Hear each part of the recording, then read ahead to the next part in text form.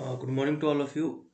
जैसा कि अब ना हम जो आज का टॉपिक है हमारा, तो इसमें हम जो हमारा इलेक्ट्रिकल्स मशीन होता है, तो इलेक्ट्रिकल मशीन्स में जो हमारा डीसी मशीन्स का टॉपिक होता है, तो उसके न्यूमेरिकल्स को हम कवर करेंगे। ठीक है, एक हफ्ते का हमारा पूरा टॉपिक रहेगा। एक हफ्ते में इस पूरे टॉपिक्स को कवर करेंगे हम, जिसमें मैं आपको जो ईएमएफ इक्वेशंस होता है, टॉर्क इक्वेशंस होता है, स्पीड रेगुलेशंस हो जाते हैं, स्टार्टर्स हो जाते हैं, ठीक है, इफिशिएंसी, लॉसेस, और आपका जो रेगुलेशन से रिलेटेड क्वेश्चंस होते हैं डीसी मोटर्स के, ये सारे ही इसमें क्लियर करवाऊंगा। तो पहले टॉपिक से शुरुआत करते हैं। ठीक है,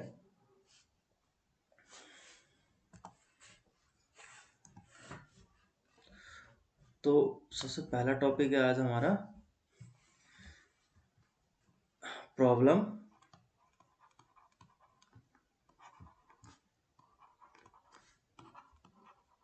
बेस्ड ऑन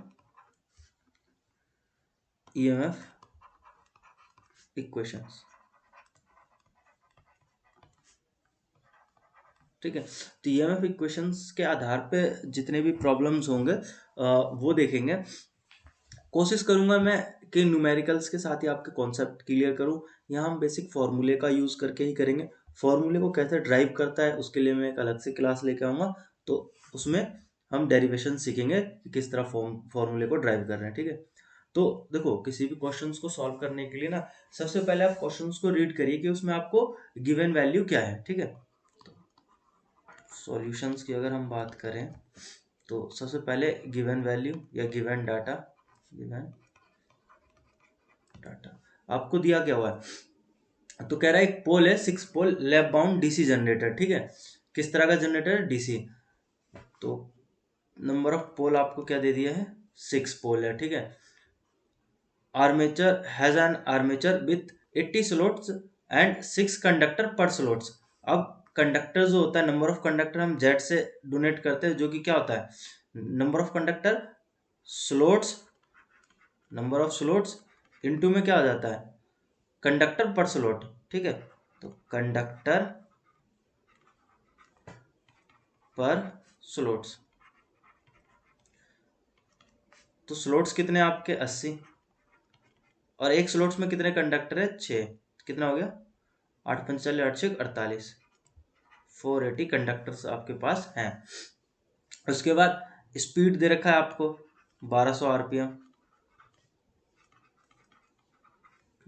और फ्लक्स की वैल्यू क्या दी हुई है, फ्लक्स पर पोल क्या है आपका 50 वेबर। ठीक है, फ्लक्स को हमेशा वेबर में है। अगर कोई आपसे पूछे कि फ्लक्स को किस में कैलकुलेट करते हैं, तो जो एसआई यूनिट्स है उसका भी ध्यान रखेंगे हम यहाँ। ठीक है,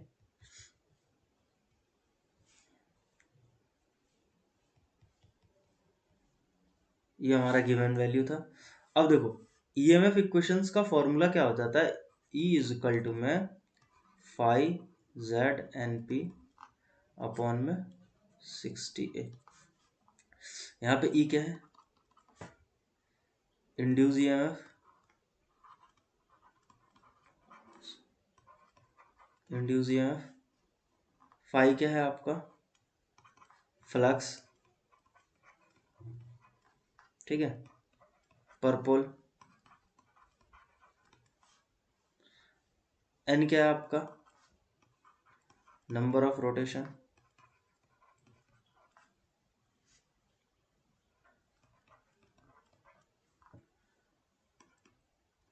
पी क्या है आपका, नंबर ऑफ पोल, ए क्या है, नंबर ऑफ पैरेलल पाथ।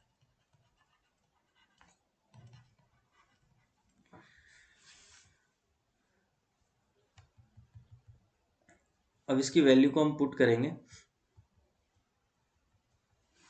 ठीक है,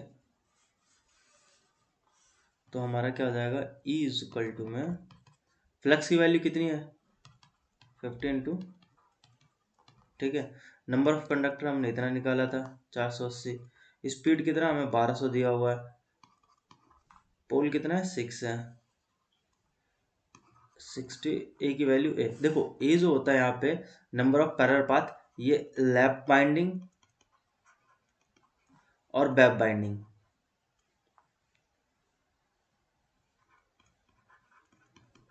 दोनों में ही अलग अलग होता है। लैब बाइंडिंग में इक्वल टू पोल होता है और वेब बाइंडिंग में इक्वल टू 2 लेते हैं हम। ठीक है, ये कॉन्सेप्ट मैं जब बेसिक से करवाऊंगा आपको, अभी क्या है सिर्फ न्यूमेरिकल्स करवा रहा हूँ, तो उस जगह समझाऊंगा कि कैसे लेते हैं। तो इसलिए इसमें क्या है, ये लैब बाउंड हमारा जनरेटर था। डीसी जनरेटर कैसा है, तो लैब बाउंड है।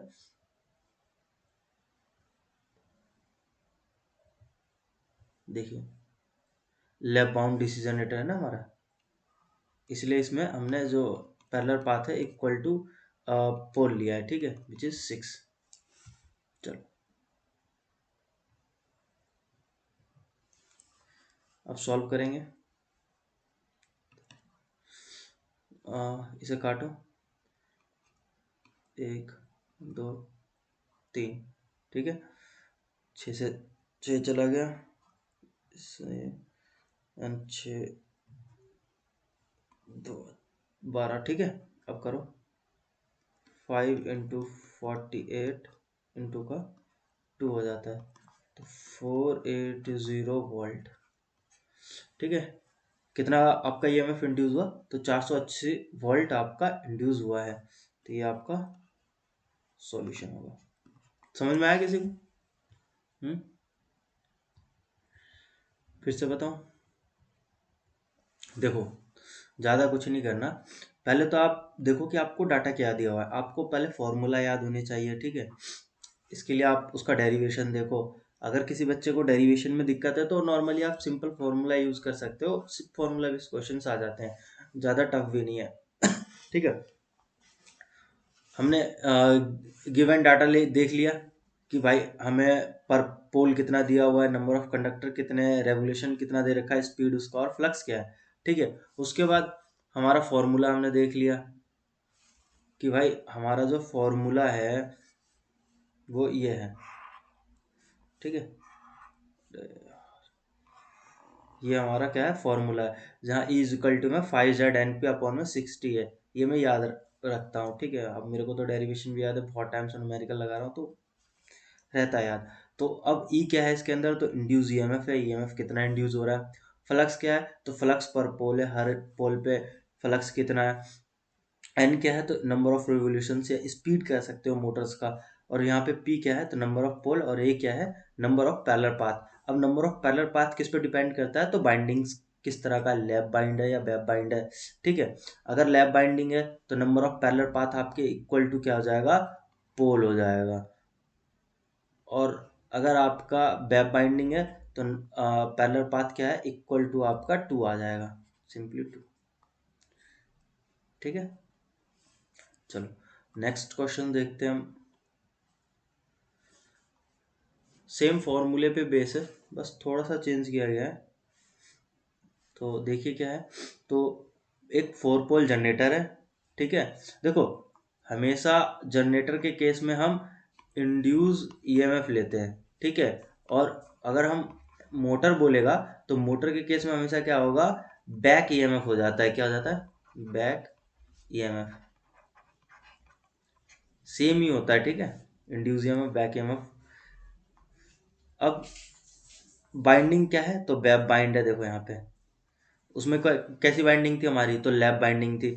Armature binding, number of slots 51 दे रखा है और ईच स्लोट्स पे कितने कंडक्टर है आपके, तो 20 कंडक्टर दिए हुए हैं। तो आपसे पूछ रहा है what will be the voltage generated in the machine. तो मशीन में कितना वोल्टेज या ईएमएफ जनरेट होगा जब कितने, ये 1500 की स्पीड पे रन करेगा। और इसका फ्लक्स भी अज्यूम किया हुआ है, 7 मिली बार जो है, वेबर जो है आपको दिया हुआ है। ठीक है, तो सबसे पहले हम देखेंगे कि हमें दिया क्या हुआ है, तो गिवन डाटा। ठीक है, तो हमारा डाटा क्या है, पहले तो पोल देख लेते हैं हम। 4 पोल है, number of conductor, slots into में क्या होता है बताओ, कंडक्टर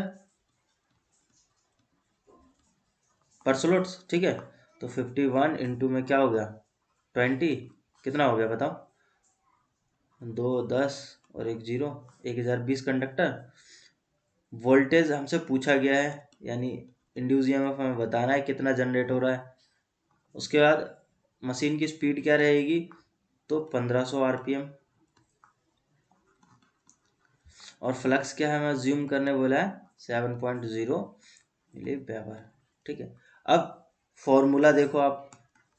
फॉर्मूला फॉर्मूला क्या है, इंड्यूस ईएमएफ फिजिकल टू में क्या जाता है 5 Z अपॉन में क्या जाता है 60A। देखो इससे पहले हमने क्या है लैब बाइंडिंग का देखा था, अब वेब बाइंडिंग का देखेंगे। ठीक है, तो वेब बाइंडिंग में नंबर ऑफ पैरेलल पाथ जो होता है वो इक्वल टू 2 लिया जाता है। क्यों लिया जाता है ये हम आगे देखेंगे। और वेब लैब बाइंडिंग में नंबर ऑफ पोल्स के इक्वल लिया जाता है। तो अब हमें जनरेटेड वोल्टेज ही फाइंड आउट करना है कि कितना ईएमएफ इंड्यूस हुआ है। तो सबसे पहले 5 कितने हैं 7 इंटू 10⁻³ इंटू का, उसके बाद 5Z कितना है आपके पास 1020। और देखो स्पीड कितनी दी हुई है 1500 इंटू में नंबर ऑफ पोल्स जो है वो आपका कितना है 4 पोल है। ठीक है, अच्छा अब 60 इंटू का, अब देखिए ये जो ए की वैल्यू क्या होगी इसके अंदर 2 होगी। 2 क्यों आया, उसमें हमने 6 लिया था which is equal to number of parallel path, इसमें हमने 2 लिया है विच इज इक्वल।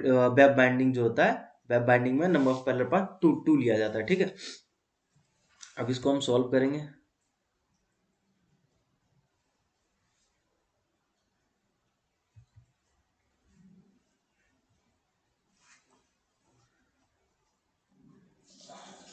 इस -10 को ना 10⁻³ को हम नीचे भी लिख सकते हैं सिंपली 10⁻³। ठीक है, वो देख लेना, नॉर्मल तो कैलकुलेशन आता है, नहीं दिक्कत है तो वो भी बता देंगे।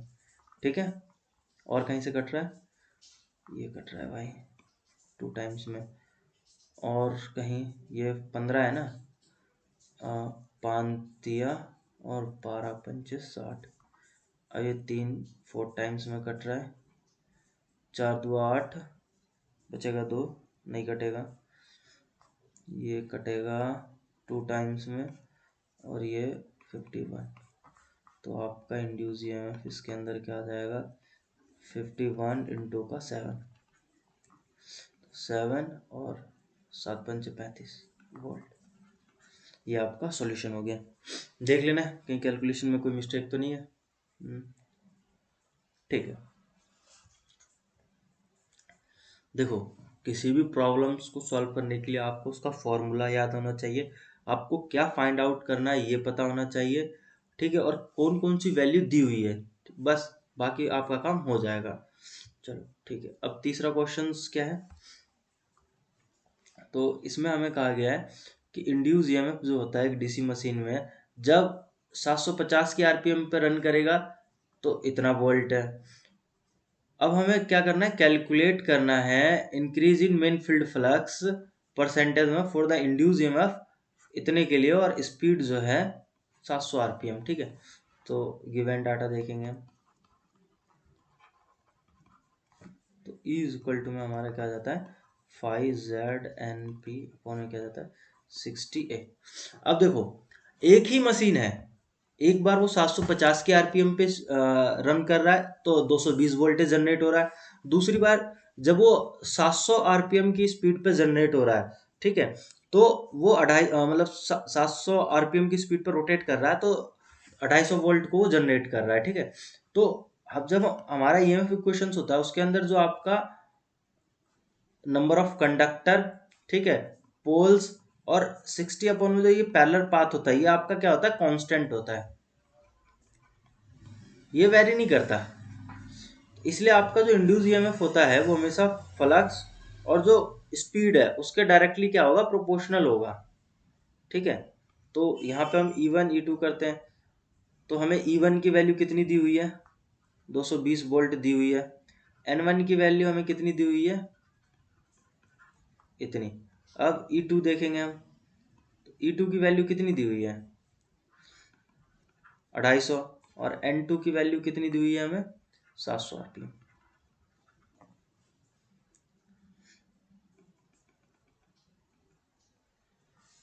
और हमें फाइंड आउट क्या करना है, तो इंक्रीज इन फ्लक्स। ठीक है, तो 5 2 -5 1 ठीक है, हमें ये फाइंड आउट करना, वो भी परसेंटेज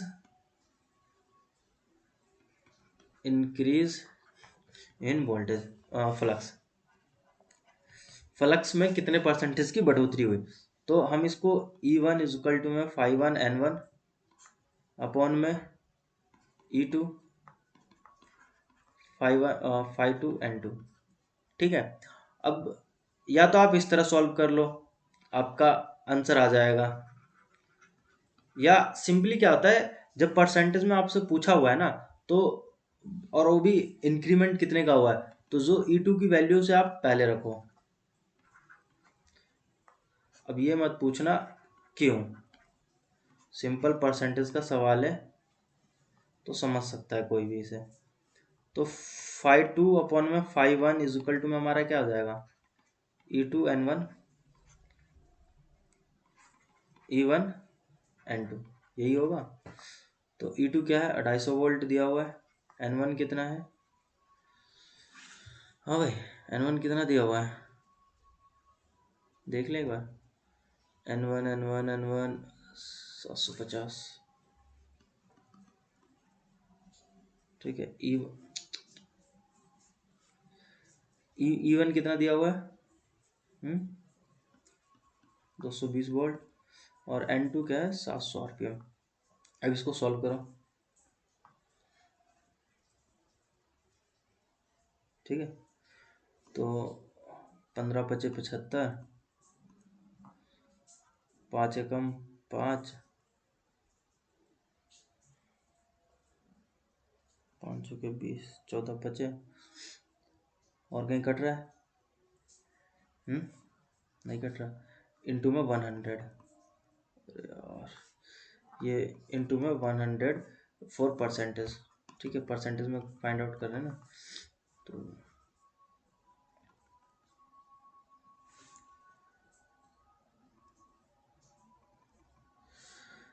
आपका 5251 इज इक्वल टू में क्या आ जाएगा,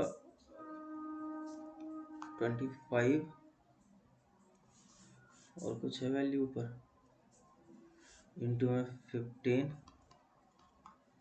अपॉन में 2 इंटू का 14 इंटू का 100, 11 50 7 25, तो 625 इंटू का 15,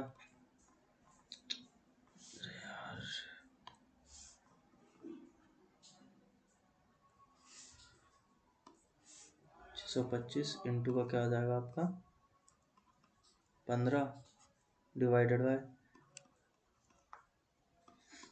ठीक है, करो कैलकुलेशन कितना आता है, कैलकुलेटर लेके बैठना भाई, ऐसे तो नॉर्मल है, टाइम ना लगे इसलिए कर रहा हूँ। 625 इंटू का 15 डिवाइडेड बाय 7